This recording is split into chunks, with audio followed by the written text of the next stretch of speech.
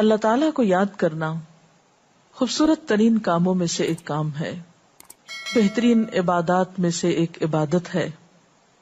قرآن پاک میں اللہ تعالیٰ اس کے بارے میں فرماتے ہیں وَلَذِكْرُ اللَّهِ أَكْبَرُ، اور اللہ کا ذکر بہت بڑا کام ہے، بہت اچھا کام ہے۔ حقیقت یہ ہے کہ انسان جس چیز سے محبت کرتا ہے اس کو ضرور یاد کرتا ہے، اس کا ذکر کرتا ہے، دل ہی دل میں بھی اور زبان سے بھی، کیونکہ جس چیز کی محبت انسان کے دل میں ہوتی ہے وہ چیز زبان پر آ کر رہتی ہے۔ یہ ہو نہیں سکتا کہ ہم اللہ تعالیٰ سے محبت کرتے ہوں، دل میں اس کو یاد کرتے ہوں، پھر زبان سے اس کا ذکر کرنا بھول جائیں۔ ذکر الہی تو بندہ مومن کی زندگی میں غیر محسوس طریقے سے شامل ہو جاتا ہے، اس کی اس طرح عادت ہو جاتی ہے کہ انسان اٹھتے بیٹھتے چلتے پھرتے تنہائی میں سب کے بیچ میں بیٹھ کر اپنے رب کو یاد کرتا رہتا ہے، دل ہی دل میں یا زیر لب وہ اپنے رب کو کسی حال میں بھی نہیں بھولتا۔ اور بھولے بھی کیوں؟ اس لیے کہ اس کی ذات پر رب کے احسانات ہر ایک سے بڑھ کر ہیں، اس کی نگاہیں ہر طرف رب کے کمالات دیکھتی ہیں، وہ ہر طرف رب کی نعمتوں کو دیکھ کر سرشار ہوتا رہتا ہے۔ وہ جس طرف بھی نظر اٹھاتا ہے وہیں اس کو رب کی قدرت اور تخلیق نظر آتی ہے، اپنے سامنے، دائیں بائیں، اوپر نیچے، ہر طرف زمین آسمان، جو کچھ بھی بنا ہوا ہے، جو کچھ بھی پھیلا ہوا ہے، وہ سب اس کے رب کا بنایا ہوا ہے۔ پھر وہ اس رب کو کیسے بھلا سکتا ہے؟ قرآن پاک میں اہل ایمان کو ذکر کرنے کی تلقین کی گئی ہے۔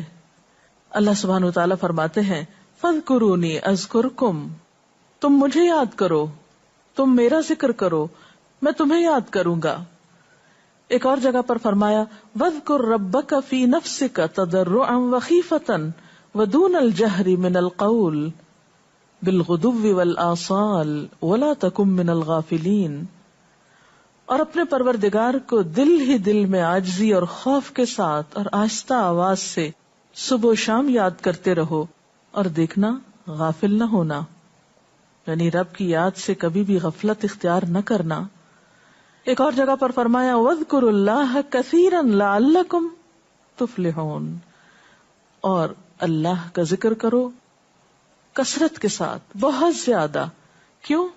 لعلکم تفلحون، تاکہ تم فلاح پاؤ، کامیاب ہو جاؤ۔ اس سے پتہ چلتا ہے کہ اللہ تعالیٰ کو یاد کرنا کامیابی کی علامت ہے، اللہ کے ذکر میں کامیابی کی ضمانت ہے۔ مومن مردوں اور عورتوں کی صفت قرآن پاک میں یہی بیان کی گئی ہے کہ وہ بہت زیادہ اللہ کا ذکر کرنے والے ہوتے ہیں۔ سورۃ الاحزاب میں آتا ہے وَالذَّاكِرِينَ اللَّهَ كَثِيرًا وَالذَّاكِرَاتِ، اور اللہ کا ذکر کرنے والے مرد اور اللہ کا ذکر کرنے والی عورتیں جو کثرت سے اللہ کا ذکر کرتی ہیں۔ کثیرن اعد اللہ لہم مغفرۃ واجرا عظیما، اللہ نے ان کے لیے بخشش اور بہت بڑے اجر کا وعدہ کر رکھا ہے۔ اور پھر یہ کہ ذکر کرنے کے لیے کوئی خاص وقت مقرر نہیں، انسان ہر حال میں ذکر کر سکتا ہے، ہر وقت میں ذکر کر سکتا ہے۔ نبی صلی اللہ علیہ وسلم کے بارے میں آتا ہے کان یذکر اللہ فی کل احیانہ، آپ ہر وقت میں، یعنی ہر قسم کے وقت میں، یعنی دن میں یا رات میں، صبح میں یا شام میں اللہ کا ذکر کیا کرتے تھے۔ حدیث پاک میں آتا ہے، حضرت ابو موسیٰ اشعری سے روایت ہے مثل الذی یذکر ربہ والذی لا یذکرہ مثل الحی والمیت، رواہ البخاری۔ آپ صلی اللہ علیہ وسلم نے فرمایا اس شخص کی مثال جو اپنے رب کا ذکر کرتا ہے زندہ انسان کی طرح ہے، اور اس کی مثال جو اپنے رب کا ذکر نہیں کرتا مردہ شخص کی طرح ہے۔ گویا ذکر کرنے والا اور نہ کرنے والا، ان دونوں کے درمیان اتنا ہی فرق ہے جتنا ایک زندہ اور مردہ انسان میں فرق ہوتا ہے۔ اور یہ فرق کتنا بڑا ہے، یعنی انسان تو وہی ہوتا ہے، لیکن زندہ انسان میں اور مردہ انسان میں زندگی اور موت کا فرق ہے۔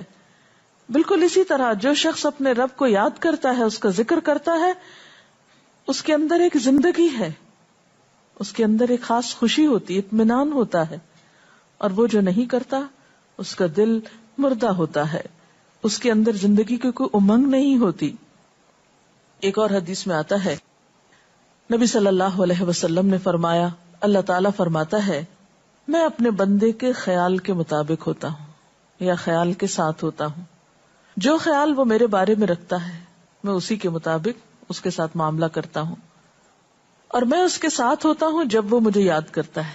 گویا ذکر کرنے والے اللہ کی مدد کے مستحق ہوتے ہیں، یعنی اللہ ایسے بندوں کے ساتھ ہوتا ہے جو ذکر کرتے رہتے ہیں. اگر وہ مجھ کو اپنے دل میں یاد کرتا ہے تو میں بھی اس کو اپنے دل میں یاد کرتا ہوں، اور اگر وہ مجھے کسی جماعت میں بیٹھ کے یعنی کسی گروپ میں یعنی پبلک میں بیٹھ کے یاد کرتا ہے تو میں اس کو اس سے بہتر جماعت میں یاد کرتا ہوں، یعنی فرشتوں کی جماعت میں یاد کرتا ہوں. تو گویا فاذکرونی اذکرکم، تم مجھے یاد رکھو میں تمہیں یاد رکھوں گا. تو جو شخص بھی یہ چاہتا ہو کہ اللہ تعالیٰ اس کو یاد رکھے، اس کی مشکل میں اس کی مدد کرے، تو اس کے لیے کیا ضروری ہے کہ پھر وہ ذکر کرتا رہے. اور ذکر تمام عبادات کو خوبصورت بناتا ہے. مثلا روزہ رکھنا ایک عبادت ہے، لیکن جس روزے میں ذکر الہی ہو اس کا اجر و ثواب کئی گنا بڑھ جائے گا. حج ایک عبادت ہے بذات خود، حج کا سفر ایک عبادت ہے، لیکن اس سفر میں انسان اگر ذکر الہی کرتا رہے تو اسی حج کا ثواب کئی گنا بڑھ جائے گا. اور نماز تو سراسر ہے ہی اللہ کی یاد کا نام. اقم الصلاۃ لذکری، نماز قائم کرو میری یاد کے لیے. اللہ کے ذکر کا بہترین طریقہ ہے. ایک اور موقع پر آپ صلی اللہ علیہ وسلم سے جب یہ پوچھا گیا کہ سب سے اچھی نماز کس کی، سب سے اچھا روزہ کس کا، سب سے اچھا حج کس کا، سب سے اچھا مجاہد کون، تو آپ صلی اللہ علیہ وسلم نے ہر بار یہی جواب دیا کہ جو اپنے ان کاموں میں ذکر الہی کثرت کے ساتھ کرے. اور ذکر کرنے والے ہر میدان میں آگے نکل جاتے ہیں. حدیث پاک میں آتا ہے نبی صلی اللہ علیہ وسلم نے فرمایا مفردون سبقت لے گئے. لوگوں نے پوچھا کہ یہ مفردون کون ہیں؟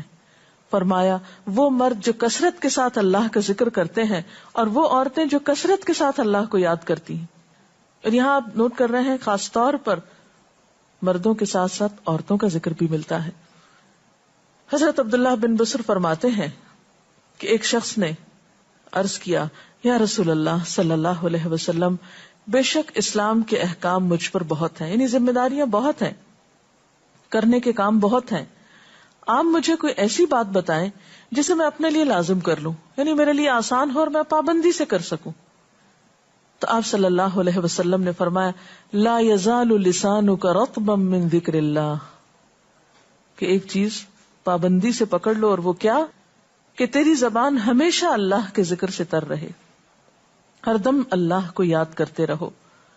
اور یہ حقیقت ہے کہ انسان کوئی بھی کام کر رہا ہو، مثلا خواتین کھانا پکا رہی ہیں، گھر صاف کر رہی ہیں، واک کر رہی ہیں، کوئی بھی کام کر رہی ہیں اس طرح کا، تو اس میں ساتھ ساتھ اللہ کی یاد کرتی رہیں.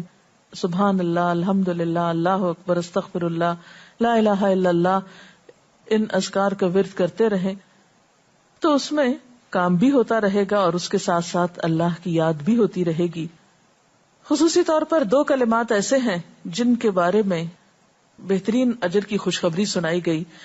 آپ صلی اللہ علیہ وسلم نے فرمایا کلمتان، 2 کلمات ایسے ہیں خفیفتان علی اللسان، جو زبان پہ بہت ہلکے ہیں، یعنی پڑھنے میں کچھ مشکل نہیں. ثقیلتان فی المیزان، میزان میں بہت بھاری ہیں. حبیبتان الی الرحمن، رحمان کو بہت محبوب ہیں. اور وہ کیا ہیں؟ سبحان اللہ و بحمدہ، سبحان اللہ العظیم. چلتے پھرتے، اٹھتے بیٹھتے، کام کاج کرتے، تسبیح پڑھتے رہنا، ذکر کرتے رہنا انسان کے دل کو جہاں اطمینان بخشتا ہے وہاں اس کے کام کو آسان بھی کر دیتا ہے، اور اللہ کی مدد بھی ساتھ ہوتی ہے.